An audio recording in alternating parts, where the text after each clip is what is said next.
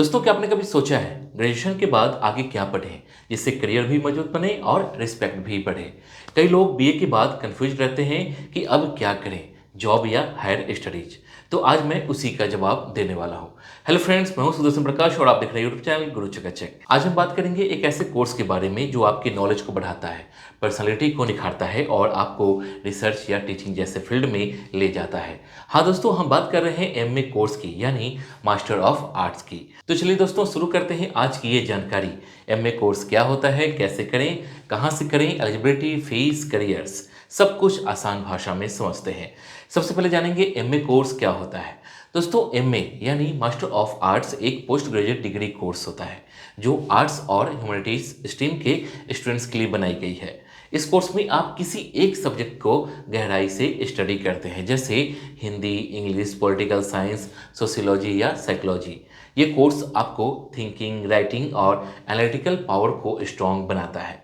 इसका मकसद सिर्फ पढ़ाई नहीं, बल्कि उस फील्ड में एक्सपर्ट बनना है। एमए करने के बाद आप टीचिंग, रिसर्च, सिविल सर्विसेज या राइटिंग जैसे फील्ड में कदम रख सकते हैं और एक स्थिर करियर बना सकते हैं। इसके बाद जानेंगे ड्यूरेशन कितनी होती है। दोस्तों, एमए कोर्स की ड्यूरेशन आमतौर पर 2 साल की होती है, जिसमें 4 सेमेस्टर शामिल होते हैं। हर सेमेस्टर में आपको अलग अलग सब्जेक्ट्स, असाइनमेंट्स और प्रोजेक्ट्स मिलते हैं। दोस्तों, कुछ यूनिवर्सिटीज में डिजर्टेशन या थीसिस भी करनी पड़ती है, जिसमें किसी टॉपिक पर रिसर्च करनी होती है। डिस्टेंस या ऑनलाइन मोड में करने पर ड्यूरेशन 2 से 4 साल तक बढ़ जाती है। आप रेगुलर, प्राइवेट या डिस्टेंस किसी भी मोड से इस कोर्स को पूरा कर सकते हैं। यानी ये कोर्स इतना फ्लेक्सिबल है कि वर्किंग या प्रिपेयरिंग स्टूडेंट्स भी इसे आराम से कर सकते हैं। इसके बाद है एलिजिबिलिटी क्या है। दोस्तों, एमए कोर्स करने के लिए सबसे पहले आपको ग्रेजुएशन पास करना जरूरी होता है। आमतौर पर बीए डिग्री जरूरी होती है, लेकिन कुछ सब्जेक्ट्स जैसे इकोनॉमिक्स, साइकोलॉजी या इंग्लिश में बीएससी या बीकॉम वाले स्टूडेंट्स भी अप्लाई कर सकते हैं। ज़्यादातर यूनिवर्सिटीज में मिनिमम 45 to 50% मार्क्स चाहिए होते हैं। टॉप यूनिवर्सिटीज जैसे डीयू, जेएनयू, बीएचयू या जामिया में एडमिशन एंट्रेंस एग्जाम के जरिए ही होता है। यानी अगर आपने ग्रेजुएशन पूरी कर ली तो आप एमए के लिए एलिजिबल हैं। इसके बाद है एमए कोर्स के पॉपुलर सब्जेक्ट्स। दोस्तों, एमए कोर्स में आपको बहुत सारे सब्जेक्ट्स का ऑप्शन मिलता है, ताकि आप अपनी इंटरेस्ट और करियर गोल के हिसाब से चुन सकें। जैसे MA in English, Hindi, political science, history, sociology, economics, psychology, geography, public administration और एजुकेशन सबसे ज़्यादा लोकप्रिय है। हर सब्जेक्ट का अपना स्कोप है।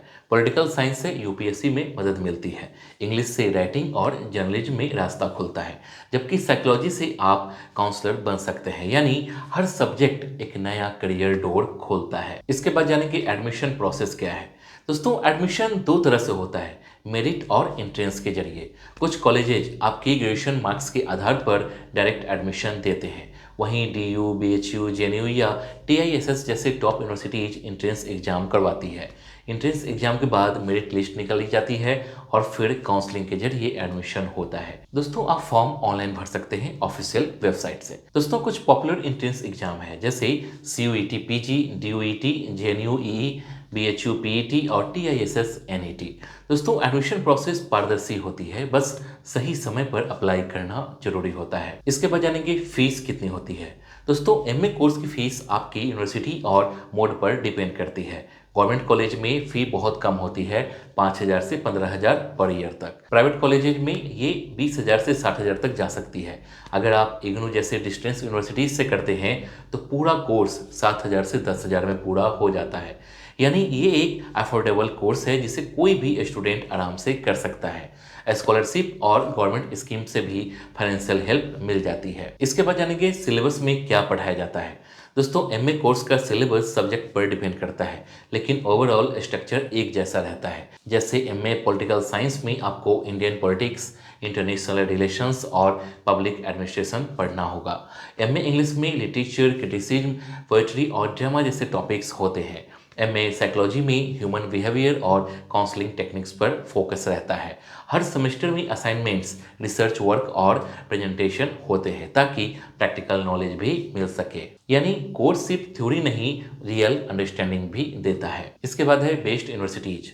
दोस्तों अगर आप एमए करना चाहते हैं तो कुछ यूनिवर्सिटीज इस फील्ड में टॉप मानी जाती है, जैसे Delhi university, Jawaharlal Nehru university, Banaras Hindu university, Jamia Millia Islamia, Aligarh Muslim university, Mumbai university, Calcutta university और इग्नू। दोस्तों यूनिवर्सिटीज की डिग्री पूरे देश में रिकॉग्नाइज्ड होती है और प्लेसमेंट अपॉर्चुनिटीज भी बेहतर मिलती है।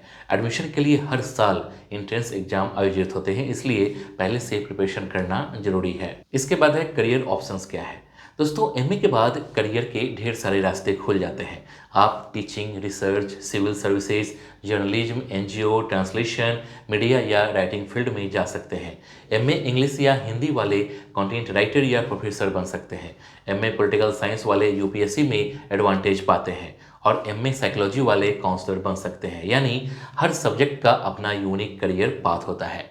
अगर डायरेक्शन सही हो तो एमए डिग्री के बाद आपको जॉब और रिस्पेक्ट दोनों मिलते हैं। इसके बाद है गवर्नमेंट जॉब्स के अवसर। दोस्तों एमए करने के बाद गवर्नमेंट जॉब्स के लिए बहुत सारे ऑप्शन होते हैं। आप UPSC, state PSC, SSC, CGL, bank PO, railway या टीचिंग एग्जाम्स दे सकते हैं। अगर आपने एमए इन एजुकेशन किया है तो आप टीजीटी या पीजीटी टीचर बन सकते हैं। सोशियोलॉजी या पॉलिटिकल साइंस वाले students social welfare departments, NGO या रिसर्च इंस्टीट्यूट में भी काम कर सकते हैं। गवर्नमेंट जॉब्स में सैलरी अच्छी होती है और जॉब सिक्योरिटी के साथ रिस्पेक्ट भी मिलता है। यानी एमए डिग्री के बाद सरकारी नौकरी के कई रास्ते खुलते हैं। इसके बाद है हायर स्टडीज ऑप्शंस। दोस्तों एमए के बाद भी पढ़ाई का सफर रुकता नहीं। आप एमफिल या पीएचडी कर सकते हैं और प्रोफेसर या रिसर्चर बन सकते हैं। टीचिंग लाइन में जाना चाहते हैं तो यूजीसी नेट या जेआरएफ क्वालिफाई करना जरूरी है। कुछ स्टूडेंट्स एमए के बाद एमबीए या मास कम्युनिकेशन जैसे प्रोफेशनल कोर्स भी करते हैं ताकि करियर ऑप्शंस बढ़े।